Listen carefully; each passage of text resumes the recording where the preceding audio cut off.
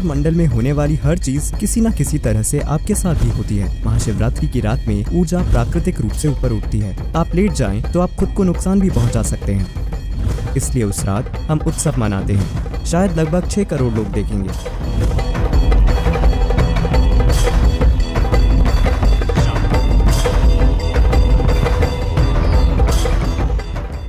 सद्गुरु, आप इतने तार्किक रूप से बोलते हैं कि वो मेरे मन को ठीक लगता है, पर साथ ही आप ईशा योग केंद्र में महाशिवरात्रि का धार्मिक त्यौहार बड़े धूमधाम से मना रहे हैं।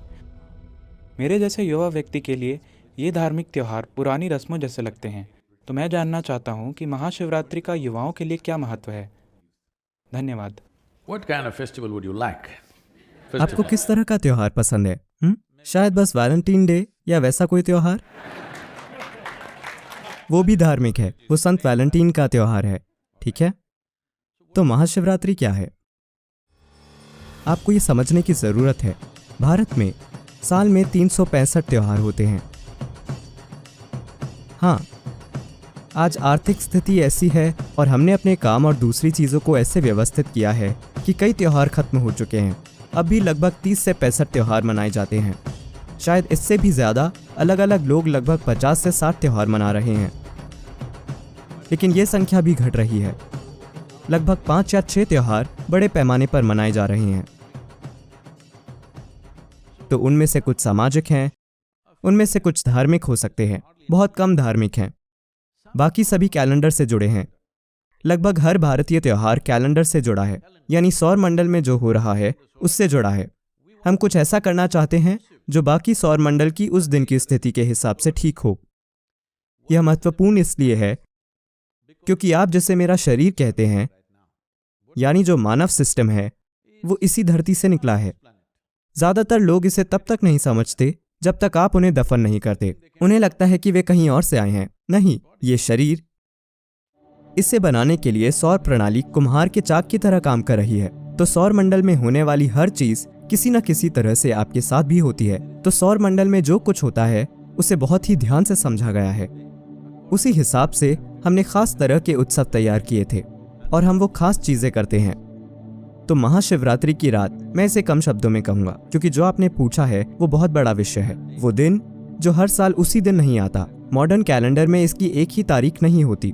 स्वाभाविक रूप से, क्योंकि धरती इस तरह से नहीं घूम रही, यह एक खास तरीके से घूम रही है और धरती थोड़ी झुकी हुई है। आप जानते हैं धरती किस तरह झुकी है? हेलो? झुकी होना सटीकता के संदर्भ में नहीं, मैं धरती के संदर्भ में झुके होने की बात कर रहा हूँ। धरती की धुरी बस इस तरह नहीं घूम रही है, यह इस तरह घूम रही है। इसकी धुरी झुकी हुई है, तो धुरी हमेशा घूमती रहती है।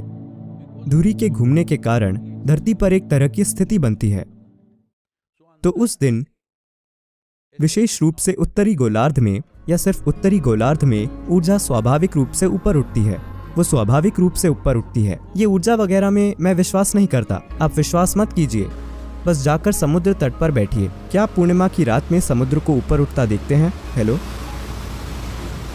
तो अमावस्या के दिन, पूर्णिमा के दिन क्या आप देखते हैं कि समुद्र ऊपर उठने की कोशिश कर रहा है? वैसे आपके शरीर का 2/3 हिस्सा भी पानी है।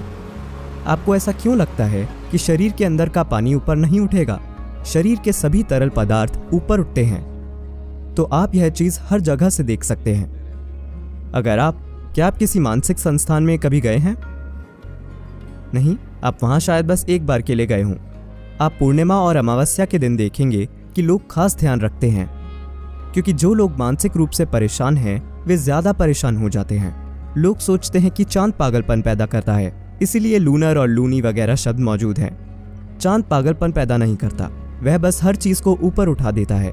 अगर आप थोड़े पागल हैं तो यह आपको ज्यादा पागल बना देता है। आप थोड़े प्रेममय हैं तो यह आपको ज्यादा प्रेममय बना देता है। आप थोड़े ध्यानमय हैं, यह आपको ज्यादा ध्यानमय बना देता है। आपका जो भी गुण है वह बढ़ जाता है, क्योंकि यह सिस्टम में एक तरह का उफान है। इस खास दिन जो दिसंबर की संक्रांति के बाद आता है, 22 दिसंबर सर्दियों की संक्रांति होती है।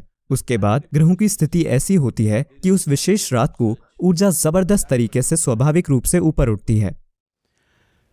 If on that night, if you lie down, उस रात को अगर आप लेटे रहते हैं तो जब ऊर्जाएं इस तरह से बढ़ने की कोशिश कर रही होती हैं तो आप उन्हें एक तरह से रोकते हैं। बात सिर्फ यह नहीं है कि आप फायदे को खो देंगे, आप खुद को बहुत संवेदनशील तरीके से नुकसान भी पहुंचा सकते हैं। ये सब चीजें आपके लिए तभी मायने रखती हैं जब आप एक संपूर्ण इंसान होना चाहते हैं। जब मैं एक संपूर्ण इंसान कहता हूँ तो आप चाहते हैं कि इंसान में जो भी क्षमता उजागर की जा सकती है उसे आप उजागर करना चाहते हैं। अगर आप उस तरह के नहीं हैं कि आप शाम को नशा करके सो जाते हैं तो जो क्षमता मौजूद है आप उसे भी मार देना चाहते हैं, तो ये आपकी मर्जी है। लेकिन अगर आप एक संपूर्ण मानव होना चाहते हैं, आप चाहते हैं कि आपके साथ हर चीज पूरे पैमाने पर हो, तो आप सिस्टम में होने वाले सारे छोटे छोटे बदलावों पर ध्यान देते हैं और उनकी परवाह करते हैं। तो आप सीधे बैठना चाहते हैं। आप चाहते हैं कि आपकी रीढ़ उस रात सीधी खड़ी रहे। जब ऊर्जाएं ऊपर बढ़ रही हों तो आप उन्हें और ऊपर जाने में मदद करना चाहते हैं, न कि ऐसे।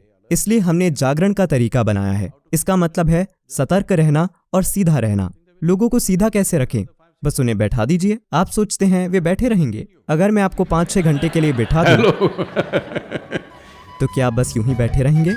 नहीं, मुझे आपका मनोरंजन करना होगा। शाम 6 से सुबह 6 बजे तक 12 घंटे नॉन स्टॉप संगीत, नृत्य, ध्यान, ताकि हर कोई सचेत बैठा रहे। आप उस रात एक काम करें, बिना किसी नशे या ड्रग के बस सचेत होकर बैठें। आपको उत्सव पसंद नहीं है तो आप बस ऐसे यूं ही बैठिए, यह आप पर है। तो आपको यह समझने की जरूरत है A human being needs celebration. कि इंसानों को जश्न मनाने की जरूरत होती है। अगर आपके जीवन में उत्सव होना है तो आपको हंसी खुशी की भावना लानी होगी, वरना कोई उत्सव नहीं होगा।